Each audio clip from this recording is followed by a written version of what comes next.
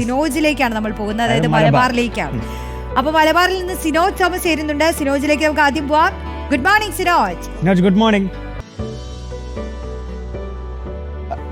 Good morning. Good morning. Good morning. എവിടെയാണ്? ബീച്ചിലാണോ, SM സ്ട്രീറ്റിലാണോ, മാർക്കറ്റിലാണോ? പിന്നിൽ ഇരുട്ടായതുകൊണ്ട് ഒന്നും കാണാനില്ല. സ്ട്രീറ്റിൽ പോകാൻ ആഗ്രഹമുണ്ട്, പക്ഷെ രാവിലെ ഈ സമയത്ത് തുറക്കില്ല. അതുകൊണ്ടാണ് പോകാത്തത്. കാരണം പാളയം മാർക്കറ്റിൽ പോയാൽ രാവിലെ എന്തെങ്കിലുമൊക്കെ കാണിക്കാനും പറ്റത്തുള്ളൂ.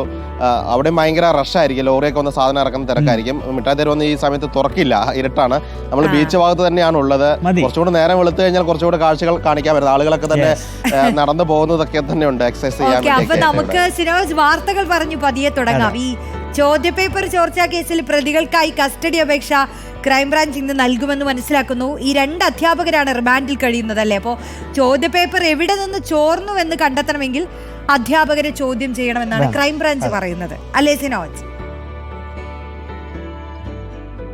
അതെ, തീർച്ചയായിട്ടും. അതായത് ഇതിന്റെ പ്രധാന ലക്ഷ്യം എന്ന് പറയുന്നത് ചോദ്യപേപ്പർ എവിടെ നിന്ന് ചോർന്നു എന്ന് കണ്ടെത്തുകയാണല്ലോ. ഇതുവരെ അതിന്റെ ഒരു സൂചന പോലും ഈ അന്വേഷണ ഉദ്യോഗസ്ഥർക്ക് കിട്ടിയിട്ടില്ല. ഏതെങ്കിലും സ്കൂളിൽ നിന്നോ അധ്യാപകരിൽ നിന്നോ സർക്കാർ ഉദ്യോഗസ്ഥരിൽ നിന്നോ ചോർന്നിട്ടുണ്ടാവുമെന്നാണ് നിഗമനം. പക്ഷേ അത് എവിടെ നിന്ന് ചോർന്നു എന്ന് അറിയണമെങ്കിൽ ഈ അറസ്റ്റിലായ 2 പ്രതികൾ, ആകെ 3 പ്രതികളാണ് കേസിലുള്ളത്. അതിൽ 2 പ്രതികളായ 2 അധ്യാപകർ, ഫഹദ്, ജിഷ്ണു, അവർ കണക്കധ്യാപകരും ഇംഗ്ലീഷ് അധ്യാപകരുമാണ്. അവരെ കസ്റ്റഡിയിലെടുത്ത് ചോദ്യം ചെയ്താൽ മാത്രമേ ഈ വിവരങ്ങൾ അറിയുകയുള്ളൂ എന്നാണ് ക്രൈംബ്രാഞ്ച് പറയുന്നത്. അവർ കഴിഞ്ഞ ദിവസമാണ് അറസ്റ്റിലായത്. നിലവിൽ റിമാൻഡിൽ കഴിയുകയാണ്. ഇന്ന് കസ്റ്റഡി അപേക്ഷ നൽകുന്നുണ്ട്. കേസിൽ 1-ാം പ്രതി ഷുഹൈബ് നൽകിയ മുൻകൂർ ജാമ്യാപേക്ഷ ഈ ബുധനാഴ്ചയാണ്, മറ്റന്നാളാണ് ഹൈക്കോടതി പരിഗണിക്കുന്നത്.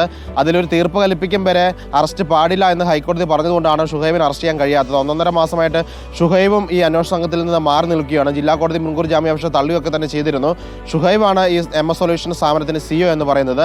അദ്ദേഹത്തെ പിടികൂടി ചോദ്യം ചെയ്താൽ മാത്രമേ ഇത് എവിടെ നിന്ന് ചോർന്നുവെന്ന് കണ്ടെത്താൻ കഴിയുകയുള്ളൂ. അങ്ങനെ ഒരു പ്രതിസന്ധി അന്വേഷണ സംഘത്തിനുണ്ട്. ഏതായാലും ഈ അധ്യാപകരെ അറസ്റ്റ് ചെയ്ത ദിവസം ചോദ്യം ചെയ്തപ്പോൾ അവർ പറയുന്നത്, ഞങ്ങൾ അധ്യാപകർ മാത്രമാണ്, ഞങ്ങൾക്ക് തയ്യാറാക്കി തന്ന ചോദ്യങ്ങൾ ഞങ്ങൾ അവതരിപ്പിക്കുക മാത്രമാണ് ചെയ്തത്, യൂട്യൂബ് ചാനലിൽ അവതരിപ്പിക്കുക മാത്രമാണ് ചെയ്തതെന്നാണ് ഈ അധ്യാപകർ മൊഴി നൽകിയിരിക്കുന്നത്. ഏതായാലും കസ്റ്റഡിയിലെടുത്ത് ചോദ്യം ചെയ്താലും കൂടുതൽ വിവരങ്ങൾ ലഭിക്കാനുള്ള സാധ്യതയും കുറവാണ്. റോഷ്നി വെങ്കി.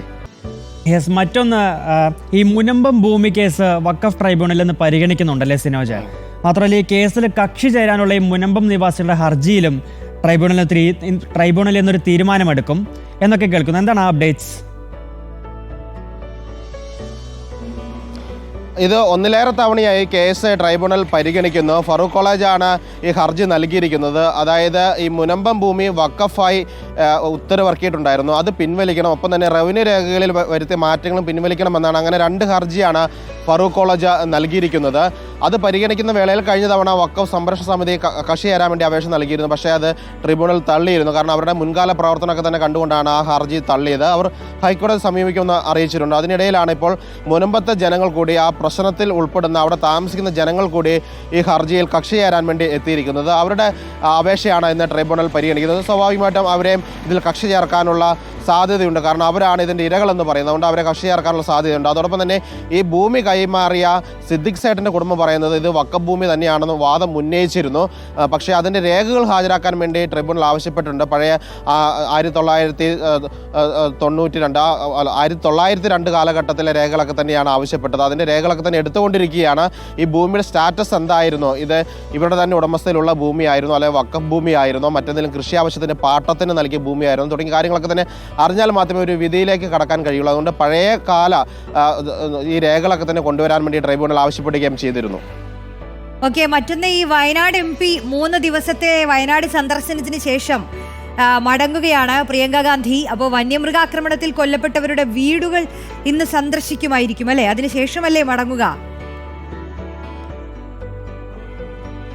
തീർച്ചയായിട്ടും. അതായത് പ്രിയങ്ക ഗാന്ധി ശനിയാഴ്ചയാണ് വന്നത്. ശനി ഞായർ 2 ദിവസത്തെ സന്ദർശനം പൂർത്തിയാക്കി. ഇന്ന് 3-ാം ദിവസം തിങ്കളാഴ്ചയാണ്. പ്രധാനമായ ലക്ഷ്യമെന്ന് പറയുന്നത് ബൂത്ത് തല സന്ദർശനമായിരുന്നു. പാർട്ടി പ്രവർത്തകരെ നേരിട്ട് കണ്ട് ബൂത്ത് തലത്തിൽ തദ്ദേശ തെരഞ്ഞെടുപ്പൊക്കെ തന്നെ വരികയാണല്ലോ. അതുകൊണ്ട് പ്രവർത്തകരെ കണ്ട്, അണികളെ കണ്ട് ഒന്ന് ബൂസ്റ്റപ്പ് ചെയ്യാൻ വേണ്ടിയാണ് വന്നത്. അതോടൊപ്പം തന്നെ വയനാട്ടിൽ കടുവയാക്രമണത്തിൽ കൊല്ലപ്പെട്ട സ്ത്രീയുടെ വീട്ടിലൊക്കെ തന്നെ പ്രിയങ്ക ഗാന്ധി അന്ന് വന്ന് പോയതാണ്. ഇനിയുള്ളത് വണ്ടൂർ, നിലമ്പൂർ, മലപ്പുറം ജില്ലയിലെ 2 മണ്ഡലങ്ങളിൽ വന്യമൃഗ ആക്രമണത്തിൽ കൊല്ലപ്പെട്ടവരുടെ വീടുകൾ സന്ദർശിക്കുക. ഒപ്പം തന്നെ വണ്ടൂരിലെ നിലമ്പൂരിലെയും ബൂത്ത് തല യോഗങ്ങൾ നടത്തുകയാണ് ലക്ഷ്യം. അതിലാദ്യം വണ്ടൂരിലെ കാട്ടുപന്നി ആക്രമണത്തിൽ കൊല്ലപ്പെട്ട നൌഷാദിന്റെ വീടായിരിക്കും രാവിലെ ഒരു 11:30 കൂടി സന്ദർശിക്കുക. അതിനുശേഷം നിലമ്പൂരിലും കരുളായിലും 2 പേർ കാട്ടാനയുടെ ആക്രമണത്തിൽ കൊല്ലപ്പെട്ടിരുന്നു. സരോജിനിയും ഒപ്പം തന്നെ മണിയും, ഈ 2 പേരുടെ വീടുകൾ കൂടി പ്രിയങ്ക ഗാന്ധി ഇന്ന് സന്ദർശിക്കുമെന്നാണ് അറിയാൻ കഴിയുന്നത്. കഴിഞ്ഞ ദിവസം വയനാട്ടിലെ പ്രശസ്തമായ പള്ളിക്കുന്ന് പള്ളി പെരുന്നാളിലൊക്കെ തന്നെ പ്രിയങ്ക ഗാന്ധി പങ്കെടുത്തിരുന്നു. അങ്ങനെ വയനാട് മണ്ഡലത്തിൽ പ്രിയങ്ക ഗാന്ധി വയനാടിന് MP ആണ്. അവർ വയനാട്ടിലെത്തുന്നു. ഈ രീതിയിലുള്ള ഇടപെടലൊക്കെ തന്നെ അവർ നടത്തുകയും ചെയ്യുന്നുണ്ട്. ഇതിന് മുൻപ് വന്ന സമയത്തൊക്കെ തന്നെ പറഞ്ഞത് വന്യജീവി ആക്രമണം കൂടിക്കൂടി വരികയാണ്, സംസ്ഥാന സർക്കാരും കേന്ദ്ര സർക്കാരും വേണ്ട രീതിയിൽ ഇടപെടണം, ഫണ്ട് കൃത്യമായി നൽകണമെന്നൊക്കെ തന്നെ ആവശ്യപ്പെട്ടിരുന്നു. അതിന്റെ തുടർച്ചയായിട്ടുള്ള ഒരു പ്രതികരണം കൂടി ഇന്ന് വന്യമൃഗ ആക്രമണത്തിൽ കൊല്ലപ്പെട്ടവരുടെ വീടുകളിൽ എത്തി കഴിയുമ്പോൾ ഉണ്ടാകുമെന്നാണ് പ്രതീക്ഷിക്കുന്നത്. റോഷ്നി. യെസ് സിനോജ്, ഞാൻ വെറുതെ ചോദിക്കുകയാണ് കേട്ടോ. നമ്മൾ എല്ലാ ദിവസവും ഇപ്പോൾ വാർത്തകൾ തുടങ്ങുന്നത് ഈ പകുതി വില തട്ടിപ്പിലാണല്ലോ. അപ്പോൾ ഇന്ന് തിരുവനന്തപുരത്ത് നിന്ന് റഹീസ് വന്നപ്പോഴും നമ്മൾ അതിൽ നിന്ന് തുടങ്ങി. എനിക്ക് എന്താണെന്ന് അറിയില്ല, സിനോജ് മാത്രം ഇന്ന് തുടങ്ങിയില്ല. അപ്പോൾ ഞാൻ ചുമ്മാ ചോദിക്കുകയാണ്, ഈ പകുതി വില തട്ടിപ്പിൽ ഇപ്പോഴും വീണ്ടും പരാതികളൊക്കെ വന്നുകൊണ്ടിരിക്കുന്നുണ്ടോ, പ്രത്യേകിച്ച് മലബാർ മേഖലയിലൊക്കെ? എന്താ സംശയമെങ്കിൽ പരാതി എന്ന് പറഞ്ഞാൽ പരാതിയോട് പരാതിയാണ്. കാരണം 11 സൊസൈറ്റികളാണ് ഈ പണം പിരിച്ച് കൊടുത്ത് അതായത് സ്ത്രീകളും കുട്ടികളും ഉൾപ്പെടെ 5000 ചില്ലറ ആളുകളാണ് കോഴിക്കോട് ജില്ലയിൽ പറ്റിക്കപ്പെട്ടിരിക്കുന്നത്. സ്വാഭാവികമായിട്ടും പരാതി വരുമല്ലോ. പരാതി കൊണ്ടുവരുമ്പോൾ പോലീസുകാരും വട്ടം കറങ്ങുകയാണ്. ഇത് എല്ലാവരും പരാതി സ്വീകരിച്ചു വെച്ചിട്ട് എന്ത് ചെയ്യുന്നുള്ള പ്രശ്നം കൂടി ഉണ്ടല്ലോ. അതോടൊപ്പമാണ് ഈ പണം ശേഖരിച്ച 11 സൊസൈറ്റികളും പരാതി കൊടുത്തിട്ടുണ്ട്. ഈ പരാതികളൊക്കെ തന്നെ പോലീസ് വാങ്ങി വെച്ചിട്ടുണ്ട്. അതോടൊപ്പം തന്നെ ഇത് സെറ്റിൽ ചെയ്യാനുള്ള ചർച്ചകൾ നടക്കുന്നുണ്ട്. ഈ സൊസൈറ്റി നടത്തിപ്പുകാരുടെ ഒരു പ്രതീക്ഷ എന്ന് പറയുന്നത് ഈ അനന്തകൃഷ്ണൻ ജാമ്യത്തിലിറങ്ങി പുറത്തിറങ്ങി കഴിഞ്ഞാൽ ഇത് എങ്ങനെയെങ്കിലും വാങ്ങിയ പണം തിരികെ നൽകുമെന്നാണ് അവരുടെയൊക്കെ ഒരു വിശ്വാസം. കാരണം കോടികളാണ് അവർ കൊടുത്തിരിക്കുന്നത്. ഈ കോടികൾ സൊസൈറ്റികൾക്ക് പെട്ടെന്ന് പിരിച്ചെടുത്ത് കൊടുക്കാനും കഴിയില്ല. അങ്ങനെ ഒരു പ്രശ്നമുണ്ട്. ഏതായാലും എല്ലാ സ്ത്രീകളും കുട്ടികളൊക്കെ, കുട്ടികളെന്ന് പറയുന്നത് ലാപ്ടോപ്പിന് വേണ്ടി പൈസ കൊടുത്ത കുട്ടികളാണ്. 20,000 മുതൽ 25,000 രൂപ വരെ നൽകിയ കുട്ടികളുണ്ട്. പകുതി വിലയ്ക്ക് ലാപ്ടോപ്പ് കിട്ടുമെന്ന് പറഞ്ഞിട്ടുണ്ട്. സ്ത്രീകളാണ് സ്കൂട്ടർ കിട്ടുമെന്ന് കരുതിയാണ് 60,000 രൂപ കൊടുത്തിരിക്കുന്നത്. അങ്ങനെ സ്ത്രീകളും വിദ്യാർത്ഥികളുമാണ് ഇതിനകത്ത് ഏറ്റവും അധികം കുടുങ്ങിക്കിടക്കുന്നത്. ഏതായാലും പരാതികൾ എല്ലാ ദിവസവും കോഴിക്കോട് സിറ്റിയിലായിക്കോട്ടെ റൂറൽ പരിധിയിലായിക്കോട്ടെ നിരവധി പരാതികൾ ഈ വിഷയത്തിൽ വരികയും ചെയ്യുന്നുണ്ട്. വെങ്കി, അടിപൊളി. ശരി സിനോജ്, എന്തായാലും ഒരുപാട് പേരാണ് ഇങ്ങനെ പെട്ടിരിക്കുന്നത് ഈ അനന്തു കൃഷ്ണന്റെ അനന്തു സാധ്യതകളിൽ അല്ലേ? അപ്പോ സിനോജ്, നമുക്ക് വീണ്ടും കാണാം.